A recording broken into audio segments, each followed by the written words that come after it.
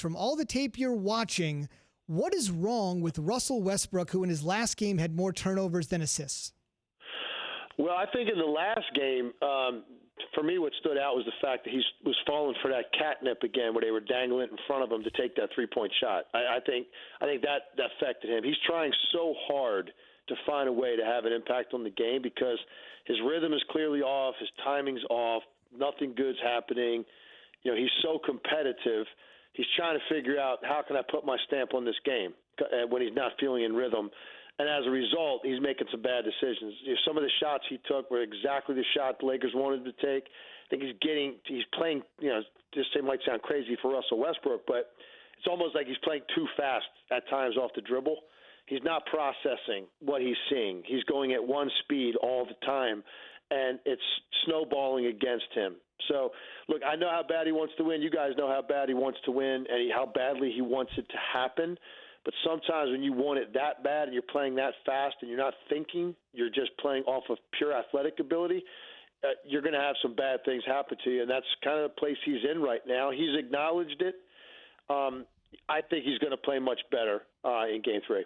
I agree with you, Legs. And for Westbrook, I mean, look, he also spent some time not playing, still trying to find that rhythm ultimately. But James Harden, I mean, first half the other night only had 6 shots, finished the game with only 12 shots. Legs, like what else do we need to see from James Harden, especially when you know that it's going to take a massive game for him, considering the inconsistency from Russell Westbrook? Yeah, I think, Jay, in the first half, it was the first time, and all these years I've watched James Harden play in Houston, I have never seen a team, and it's funny because I say it all the time, why don't teams do it, blitz him the way that they were. He was coming over half court, and they were running and jumping him and taking the ball out of his hand. You don't really see that very often against James Harden. And he said it. That caught them off guard. They were out of sync, and they were not getting quality shots out of that. Second half, to Mike D'Antoni's credit, they did adjust to that. They were prepared for it, and the ball started moving, and it led to 9 3-pointers in the third quarter, most of which came out of those early double teams on Harden. So I think it was one of those situations where he was willing to just allow other people to go make plays if they were going to take the ball out of his hand. Now, look, James Harden's going to have to be special if the game is tight. You can't just rely on those guys, Covingtons of the world, and P.J. Tuckers of the world, and Daniel Houses to make shots to beat the Lakers if it gets to that point. But I think for the most part, they were having such success, particularly in the third quarter, that he was willing to go ahead and continue to play that way. I don't think you're going to see James Harden take 12 shots in the next game. The key for me right now is Houston has had so much success against L.A. for large portions of these games. I think they feel like they're in a great place, and they really believe that they're going to win this series.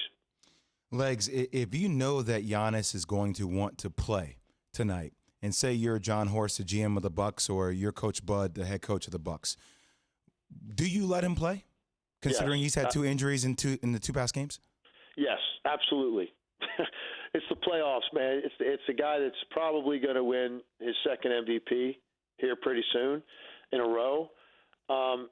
Yes, you let the guy play. Now, if he's out there and he's pulling a Willis Reed on you, and he's coming out of the locker room, he's got a wooden leg. It looks like no. But if he gets to the point where he's got fairly normal movement, even if it's tender and sore, but he's moving pretty well, close to normal, you let him play. And I think we're at the point. I know we've gotten to this point in the NBA where so much of that's taken out of the players' hands. It's put up to the medical staff's hands, and they make these determinations. And it's a lot different than when I played, where you really were not going to tell a guy he couldn't play. He was going to have to make that decision. And I think you might be at that point with Giannis. I think he's going to be very vocal about it. If he feels like, hey, it's pretty close to normal, even though it's sore, yeah, I think you do it. It's the playoffs, man, and he wants to be out there with his team. He doesn't want to see his season end potentially sitting on the sideline knowing that he could have gotten out there. Legs, let me ask you this, as I like to say, for us to get to the Western Conference Finals, do we need to see AD continue to play the way he played the other night, where he had 34 points, 15 of 24, 10 boards? But the interesting thing to me, if he was only 1 for 1 from 3, is that what we want to see? Is that what we want to see, Legs? Yeah, we do, because in this series you have to look at the two teams and say, okay, what is their advantage? And for the Lakers, their advantage is their skilled players are also bigger and more powerful than Houston. So when they get these switches, they've got to make them pay. Now, for Anthony Davis, you're playing against a guy like P.J. Tucker.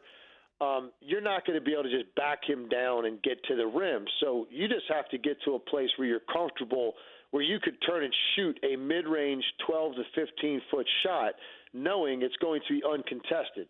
So because for Anthony Davis, as skilled as he is, that's as good as backing a guy down and to a 5-foot jump hook, because he's that good, he's that talented. So the key is when they get these switches and they get matchups that are favorable, and there's going to be a ton of those for him because they don't really play any bigs, he has to get the shot he wants, and that's what he was doing. Because if he takes a three, he's capable of making it, but that's playing into their hands. Yeah. Houston will live with that all day long if he's out there making three-point shots. Where he's got to beat them up is on the offensive glass, spinning out of the post sometimes. They did that a couple times, throw him a lob.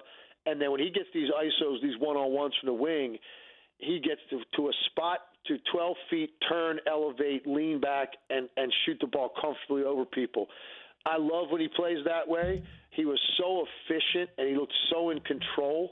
And when he does that, I think the Lakers are at their best in this series, because you have to beat them up there, points in the paint, and on the glass. In the first game, they were played to a standstill on the glass. That's just unacceptable against a team like Houston. And they did not dominate points in the paint. That all changed in Game 2. They dominated points in the paint. They win the battle of the glass, and Anthony Davis got the shots he wanted to against these smaller players. That's the formula against Houston. The Heat, with an opportunity to become the first team to make the conference finals this year, if they can knock off the Bucks, 6:30 Eastern, and then the game we spend most of our time talking about with Tim, the Lakers and the Rockets at 9 p.m. Eastern.